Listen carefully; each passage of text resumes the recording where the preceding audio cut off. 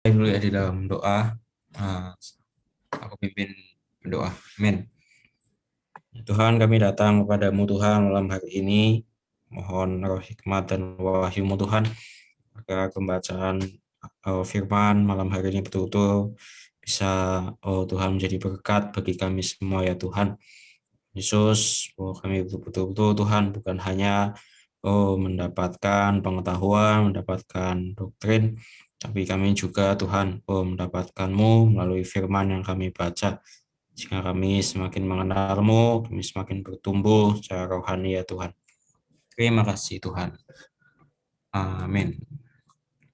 Oke, sebentar ada tambahan. Oke, kita baca Yohanes 7 ya. Kita sedikit mundur dari ayat 1 saja. Boleh dari Kak Renat ya. Amin. Yohanes pasal 7 ayat yang pertama. Yesus bagi Farisi untuk hari raya Pondok Daun ya. Yang pertama, sudah itu Yesus berjalan keliling Galilea sebab ia tidak mau tetap tinggal di Yudea. Ya, karena di sana orang-orang Yahudi berusaha untuk membunuhnya.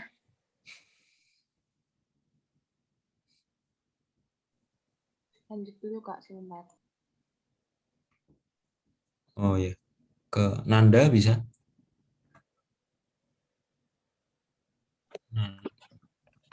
Ketika itu sudah dekat hari raya orang Yahudi, yaitu hari raya Pondok Daun. Ayat 3, maka kata saudara-saudara Yesus kepadanya, berangkatlah dari sini dan pergi ke Yudea, supaya murid-muridmu juga melihat perbuatan-perbuatan yang engkau lakukan. Oke, ayat 4, sebab tidak seorang pun berbuat sesuatu di tempat tersembunyi jika ia mau diakui di muka umum. Jikalau engkau berbuat hal-hal yang demikian, tampakkanlah dirimu kepada dunia. Ayat 5, sebab saudara-saudaranya sendiri pun tidak percaya kepadanya. Ayat 6, maka jawab Yesus kepada mereka, waktuku belum tiba, tetapi bagi kamu selalu ada waktu. Amin. Ayat yang ketujuh, sebab dunia tidak dapat membenci kamu, tapi ia membenci aku sebab aku bersaksi tentang dia bahwa pekerjaan-pekerjaannya jahat. Ayat 8, pergilah kamu ke pesta itu, aku tidak pergi ke situ karena waktuku belum genap.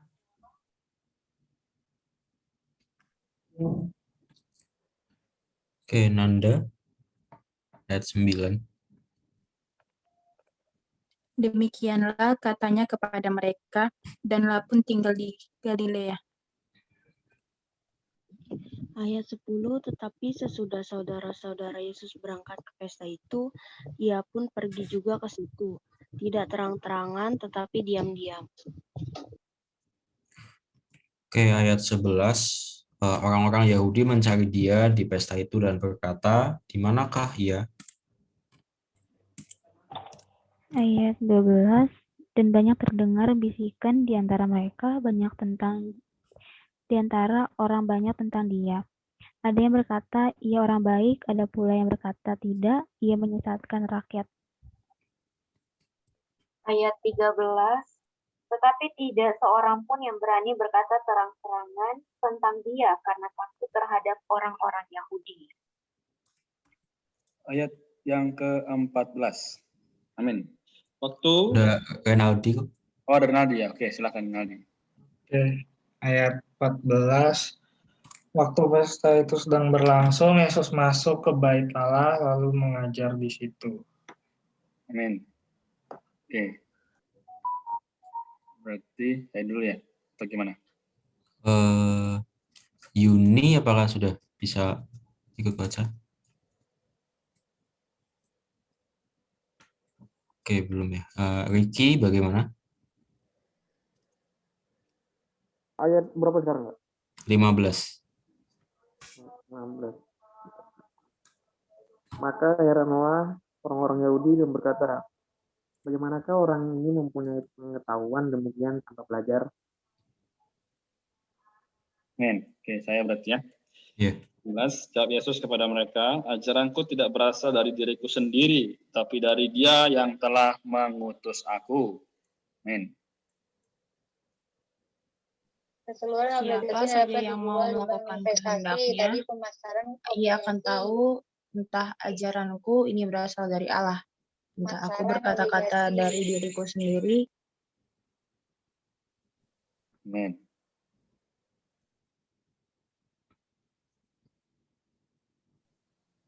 Nanda, Barang siapa berkata-kata dari dirinya sendiri, ia mencari hormat bagi dirinya sendiri. Tetapi barang siapa mencari hormat bagi Dia yang mengutusnya, ia benar dan tidak ada ketidakbenaran padanya. Ayat 19, bukankah Musa yang telah memberikan hukum Taurat kepadamu, namun tidak seorang pun di antara kamu yang melakukan hukum Taurat itu, mengapa kamu berusaha membunuh aku? Oke, sekarang ayat 20. Bukankah, orang banyak itu menjawab, engkau kerasukan setan. Siapakah yang berusaha membunuh engkau? Ayat 21. Jawab Yesus kepada mereka, hanya satu perbuatan yang kulakukan dan kamu semua telah heran. Ayat 22. Jadi Musa menetapkan supaya kamu bersunat. Sebenarnya sunat itu tidak berasal dari Musa, tetapi dari nenek moyang kita, dan kamu menyunat orang pada hari Sabat. Ayat 23, jikalau seorang menerima sunat pada hari Sabat, supaya hukum Musa jangan dilanggar, mengapa kamu marah kepadaku? Karena aku menyembuhkan seluruh tubuh seseorang pada hari Sabat.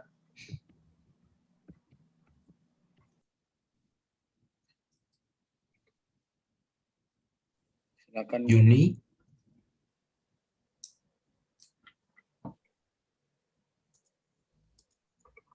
Yuni apakah bisa? Ayat 24.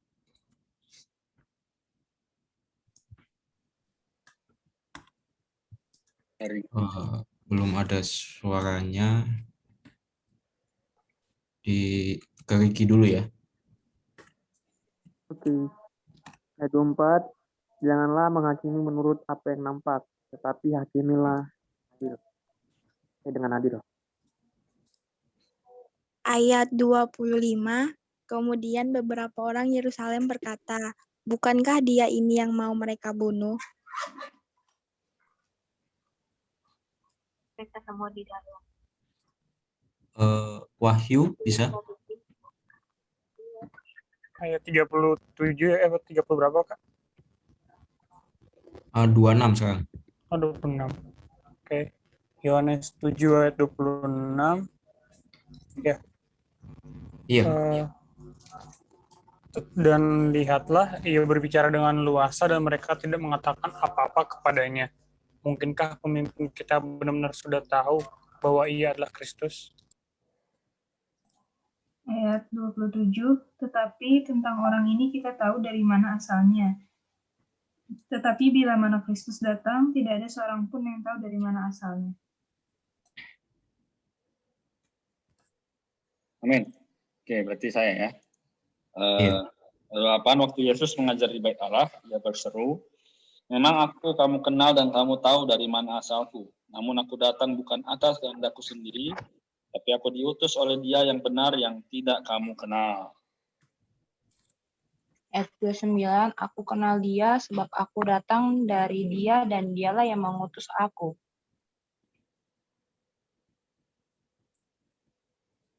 Oke, Nanda nggak ada, ke Sherlyn dulu ya. Ayat 30, mereka berusaha menangkap Dia, tetapi tidak ada seorang pun yang menyentuh Dia, sebab saatnya belum tiba. Oke, 31, tetapi di antara orang banyak itu ada banyak yang percaya kepadanya, Dan mereka berkata, apabila Kristus datang, mungkinkah ia akan mengadakan lebih banyak mukjizat daripada yang telah diadakannya oleh dia ini?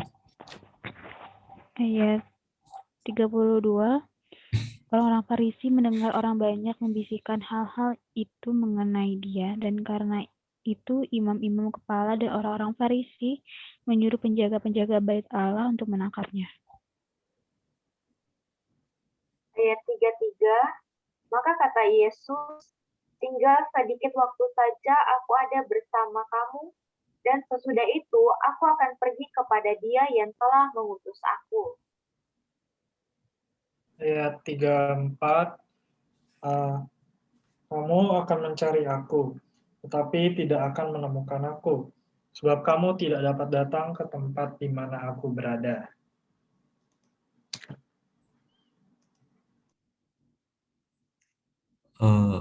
Ricky ya? Oke. Ayat 35, orang-orang Yahudi itu berkata seorang kepada yang lain, manakah ia akan pergi sehingga kita tidak dapat bertemu dengan dia? Adakah maksudnya untuk pergi kepada mereka yang tinggal di perantauan di antara orang Yunani untuk mengejar orang Yunani?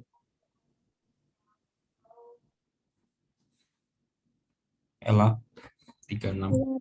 Ayat 36, apakah maksud perkataan yang diucapkannya ini, kamu akan mencari aku, tetapi kamu tidak akan menemukan aku, dan kamu tidak dapat datang ke tempat di mana aku berada. Amin. Amin. Oke, ya bacaan kita sampai di sini ya, di Yohanes 7 ayat 36. Oke, saya izin share screen.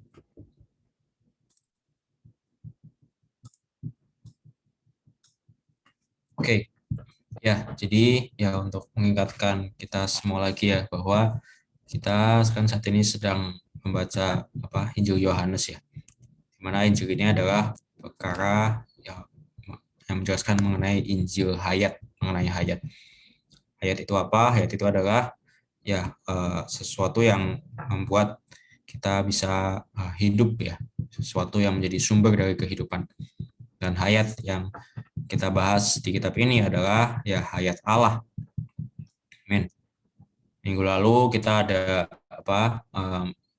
membahas prinsip hayat ya, yaitu mengubah maut, menghilangkan maut menjadi hidup. Nah, kemudian kita juga masuk ya mulai dari Yohanes 3 itu adalah sampai Yohanes 10 atau 11 nanti. Itu kita bisa melihat ada berbagai jenis keperluan orang. Kalau kemarin ya kita kan ada membahas mengenai ini ya, roti hidup, roti hayat. Itu adalah keperluan orang yang lapar, di mana ya firman Tuhan ya atau Tuhan sendiri bahkan sebagai roti hidup, roti hayat itu bisa ya memuaskan keperluan, memenuhi keperluan orang yang lapar ya, khususnya secara rohani. Amin. Kemudian ya di hari ini dan besok kita akan membahas mengenai ini sih, keperluan orang haus, yaitu di mana hayat atau khususnya adalah air hayat ya, air hidup bisa meleraikan, memuaskan dahaga atau haus ini. Nah, tapi ya perkara ini sebenarnya lebih akan dibahas tuh di pembacaan besok sih, hari Rabu. Nah, di hari ini ya kita mau di pasal 7 bagian awal ya, setengah awal ini ya kita sebenarnya lebih akan menekankan bagaimana ya Tuhan yang di sini kan dikatakan datang sebagai hayat ya, bagaimana Tuhan Yesus ini diutus oleh Allah Bapa dan bagaimana juga dia melaksanakan ya pelayanan ministrinya di bumi pada saat itu. Oke, jadi kalau kita bicara mengenai pengutusan Tuhan, ya kira-kira ada yang mau kasih masukan nggak? Ayat kuncinya atau ayat pentingnya di ayat berapa sih? Yang bicara mengenai Tuhan diutus oleh Allah.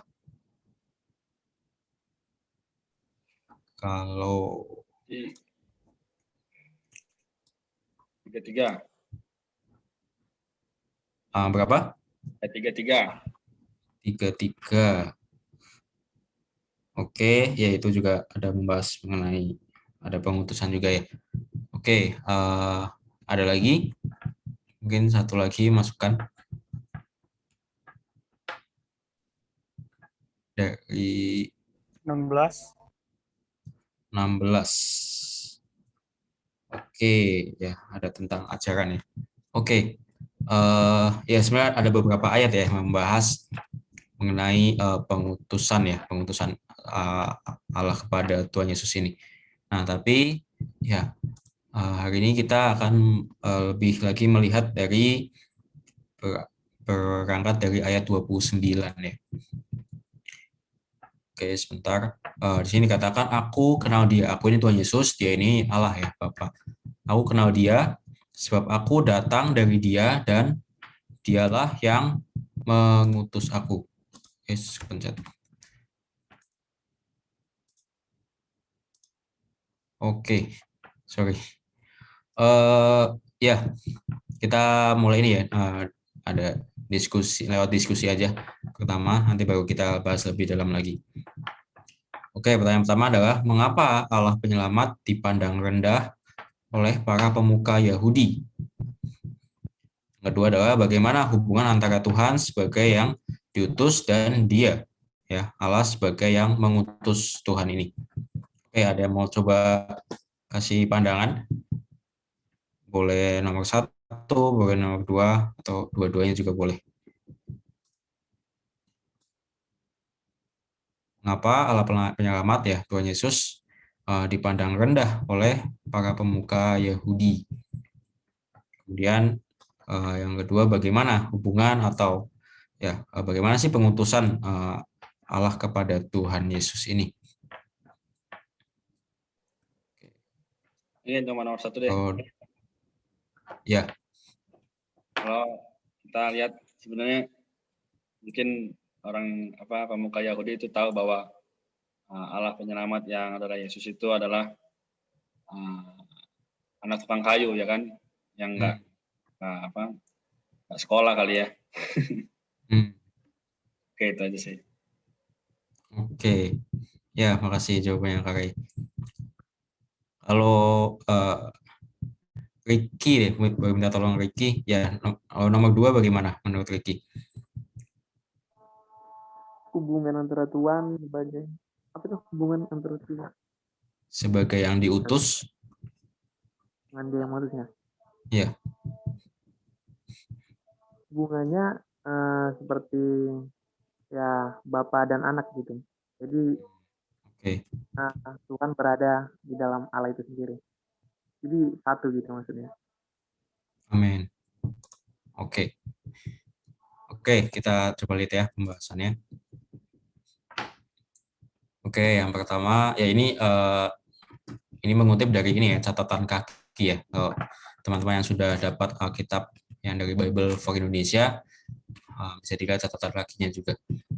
Oke, jadi yang pertama ini dikatakan bahwa meskipun Tuhan adalah Allah yang Maha Tahu, dia telah menjadi manusia yang rendah, dipandang sebagai manusia yang tidak berpendidikan. Ya, tadi seperti Kak Renat bilang juga ya, Tuhan Yesus itu ya selama di bumi ya, saat dia berinkarnasi menjadi manusia, ya dia memang lahir dari keluarga tukang kayu ya, dan juga dia berasal dari daerah kota Nazaret dan daerah Galilea, suatu daerah yang tidak terpandang juga gitu. Berbeda dengan ya kota Yerusalem ya, yang mungkin dipenuhi banyak dengan ahli Taurat, kaum agamawan Yahudi. Oke. Nah, di sini kita bisa melihat sih bahwa sebenarnya kan ya Tuhan itu kan adalah Allah ya. Allah yang tidak terbatas, Allah yang maha kuasa, maha tahu. Nah, tetapi ya untuk bisa menggenapkan kehendak Bapa ini, kehendak Allah, ya Tuhan Yesus ini mau untuk dan rela untuk dibatasi gitu dengan kondisinya menjadi manusia, sebagai manusia itu.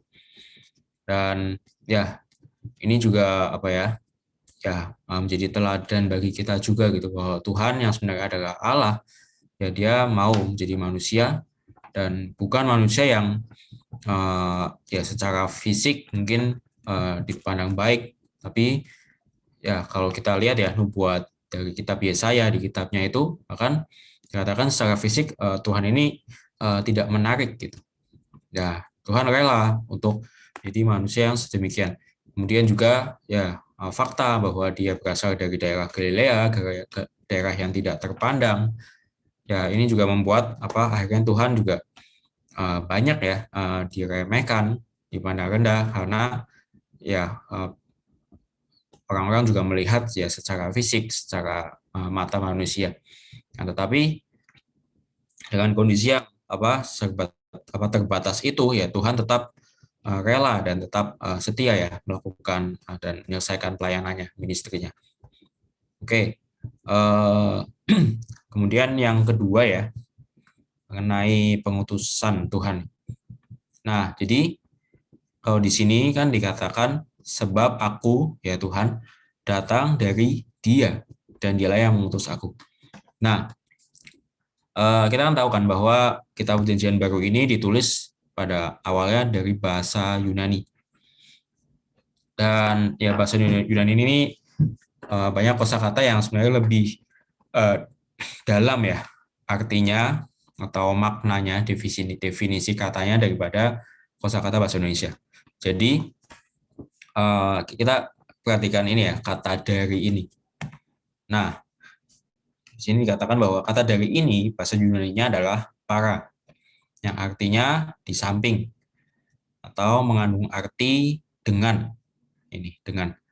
Jadi ya secara harfiah, secara ya definisi kata para ini artinya itu adalah dari dengan. Jadi putra yaitu Yesus bukan hanya berasal dari Allah, tetapi juga dengan Allah. Amin.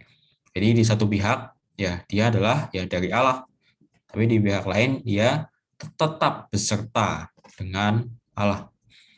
Amin. Jadi ini juga satu penjelasan yang sangat baik ya, teladan bagi kita juga bahwa Tuhan itu ya memang dia diutus oleh Allah, dia melakukan pelayanan ministrinya di bumi, ya dia memang berasal dari Allah. Tapi bagaimana dia melakukan pelayanannya ministrinya di bumi itu, dia melakukannya tetap ya beserta dengan Allah. Jadi Tuhan ini tidak kehilangan penyertaan, tidak kehilangan hadirat Allah ya di dalam kehidupan, di dalam pelayanannya. Sehingga ya tadi kalau kita baca di ayat 16 ya, dia bisa berkata bahwa ajarannya, perkataan-perkataannya itu bukan berasal dari ya dirinya sendiri, tapi ya berasal dari Dia, dari Allah yang mengutus dan yang beserta dengan Tuhan. Amin. Sehingga juga di ayat 18 kita bisa melihat bahwa apa yang menjadi motivasi ya dari Tuhan Yesus ini bukanlah untuk mencari kehormatan, kemuliaan untuk diri sendiri juga, tapi adalah untuk Allah gitu. Nah, ya ini suatu teladan yang baik juga ya di dalam pelayanan Tuhan juga ya untuk kehidupan kita juga hari ini gitu. Akhirnya kehidupan kita sehari-hari juga mungkin pelayanan kita ya bukan hanya kita melakukan karena ya memang itu perintah Allah, tapi kita juga melakukannya betul-betul beserta dengan Allah. Ada penyertaan Allah, ada hadirat Allah. Oke, ya saya sampai di sini. Apakah ada pertanyaan atau yang lain mau sharing? Dipersilakan. Amin.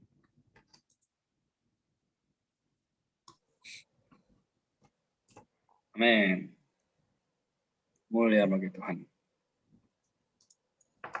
Sudah mengerti semua? Boleh dong kalau ngerti jempolnya ditunjukin. Oke, Elia dan Wahyu ya. Dia juga sudah, Sherlyn, Ricky sudah, Yunika. Oke. Baik. Situan berarti semua sudah mengerti ya.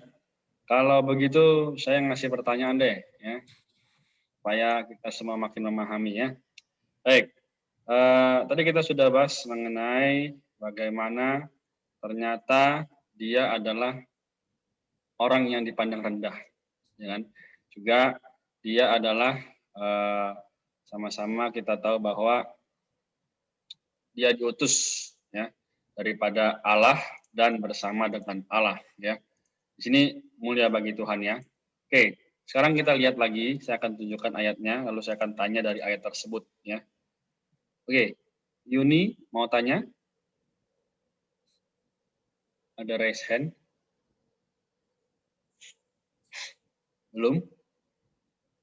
Oke. Iya.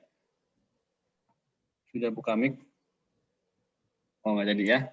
Oke, kalau gitu saya akan bahas dulu, saya akan tanya kepada 2 orang saja, ya. Oke, ini sudah terlihat, ya, harusnya. Kelihatan ya.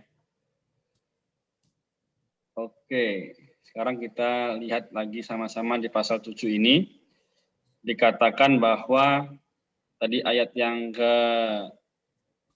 mana ini? Bentar ya. Ayat 23 ya. Katakan jikalau seorang menerima sunat pada hari Sabat supaya hukum Musa jangan dilanggar, mengapa kamu marah kepadaku karena aku menyembuhkan seluruh tubuh seseorang pada hari Sabat? Ya, pertanyaannya adalah kenapa hukum Musa kalau dilanggar itu mereka malah marah ya? Apakah karena menyembuhkan seluruh tubuh orang pada hari Sabat atau karena apa?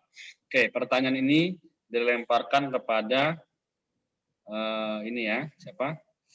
Claudia ya. Nah, ini ayat 23 ya, Claudia ya. Disimpan dulu.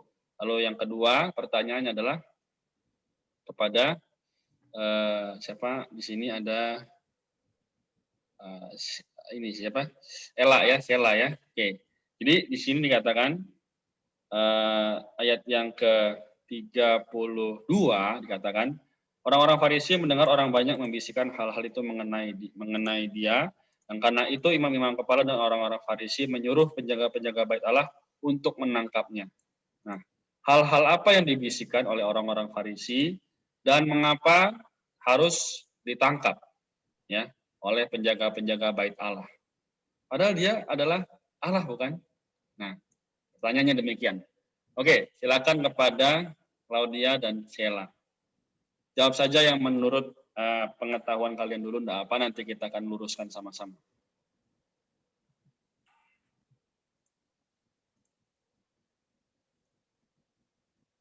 Ada? Oh, Claudia lagi kelas ya? Ella mau jawab. Oke, enak. Tapi kalau salah, nggak apa-apa kan? Nggak apa-apa, kita semua belajar. Itu tadi yang pertanyaan pertama, hal-hal apa yang dibisikkan orang Farisi itu. Menurut Ella itu ada kayak, bukan, maksudnya ada kaitannya sama ayat 31 tuh. Apabila Kristus datang, mungkinkah ia akan melakukan lebih banyak tanda mujizat daripada yang telah dilakukan oleh dia ini gitu. Jadi kayak tentang hal mujizat yang akan dilakukan oleh Tuhan Yesus sendiri. Terus pertanyaan keduanya apa, Kak? Lupa. Kedua tadi, mengapa mesti penjaga-penjaga bait Allah yang menangkap dia?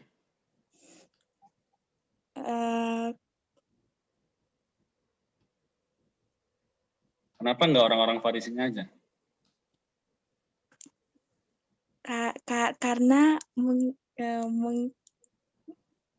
Karena mereka yang lebih dekat sama Tuhan kan, itu kan penjaga bait Allah gitu kan, Kak.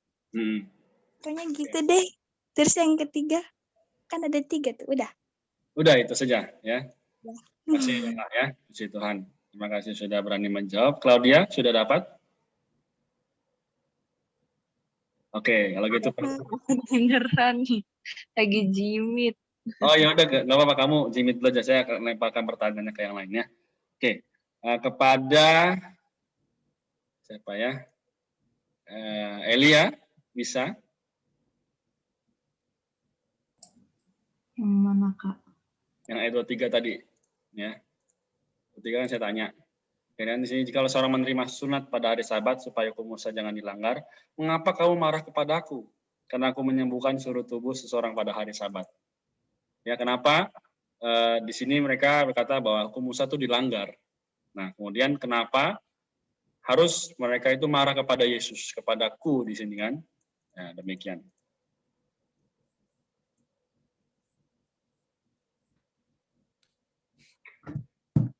Ada yang bisa? Kalau ada yang bisa langsung saja.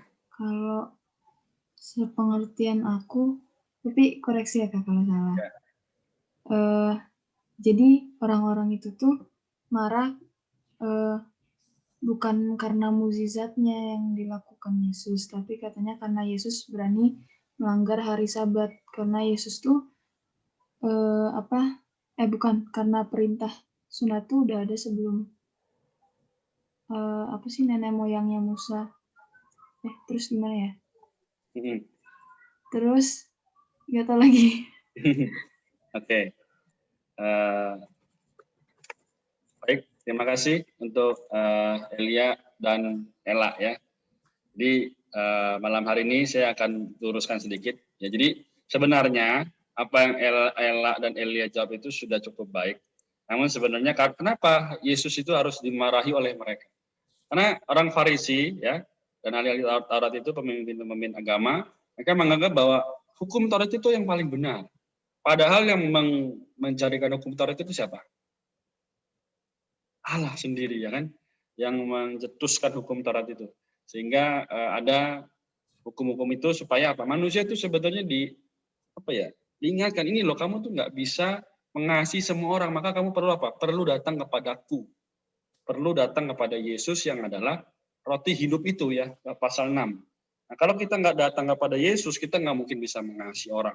Kalau kita nggak datang pada Yesus, kita nggak mungkin mau menyembuhkan orang lain, karena kita nggak mengasihi. Karena kita nggak tahu Tuhan itu bagaimana. Nah, karena Tuhan adalah kasih. Nah, jadi Tuhan itu adalah Allah yang adil benar. Terus yang saya tadi jawab ya, jadi sudah jelas ya nomor 2, ayat 23-nya ya, Elia dan kawan-kawan. Kemudian ayat 33, jadi sebenarnya kita sama-sama melihat bahwa sebenarnya Tuhan itu mendambakan ya, bahwa kita sebenarnya adalah anak-anak Allah ya. Jadi di ayat 33, ayat 32 tadi pertanyaannya ya. Jadi orang-orang Farisi itu mendengar itu mereka kesal ya. Jadi sehingga menyuruh penjaga-penjaga imam bait Allah. Nah, sekarang hari ini juga adalah lambang dari bagaimana Tuhan itu sedang ditangkap oleh tanda kutip ya, penjaga-penjaga bait Allah. Siapa penjaga-penjaga bait Allah ini? Bisa jadi saya. Bisa jadi teman-teman sekalian. Artinya apa? Kita harus benar-benar nampak bahwa Allah saja dia keluar dari bait Allah, yaitu keluar dari tanda kutip religion, ya, agama. Ya, karena agama itu betul-betul membuat orang merasa benar, padahal bukan dari kehendak Allah. Kehendak Allah kan ingin menyelamatkan. Kehendak Allah kan ingin apa? Membuat orang itu tercelik, ternyata akulah Tuhan yang akan menyelamatkan dunia. Tapi orang-orang Farisi itu betul-betul nggak percaya, sehingga membuat mereka menjadi sulit untuk mendapatkan terang, ya, sulit untuk mendapatkan wahyu. Nah, teman-teman sekalian, jadi malam ini ya, jadi semoga kita sebagai orang-orang yang mengasihi Allah ya, tidak mungkin kita tidak mengasihi Allah. Kita perlu lebih dalam lagi untuk mengenal bahwa Tuhan, terima kasih karena Engkau mau supaya aku bisa memiliki satu tujuan yang jelas ya untuk hidup dalam zaman ini. Oke, jadi sekian penjelasan Kak Yohanes juga tadi sudah cukup baik. Kita semua sama-sama mengerti bahwa bagaimanapun kondisi kita, situasi di belakang kita, ya, kelemahan, kekurangan, bahkan kejatuhan kita, Tuhan tahu. Ya, Dia akan bersama-sama dengan Bapa menyertai kita dan membawa kita terus maju kepada perkara-perkara rohani. Maka datanglah padanya supaya kita bisa disembuhkan, supaya kita bisa dipulihkan. Oke, jadi demikian malam hari ini pembahasannya. Oke, men.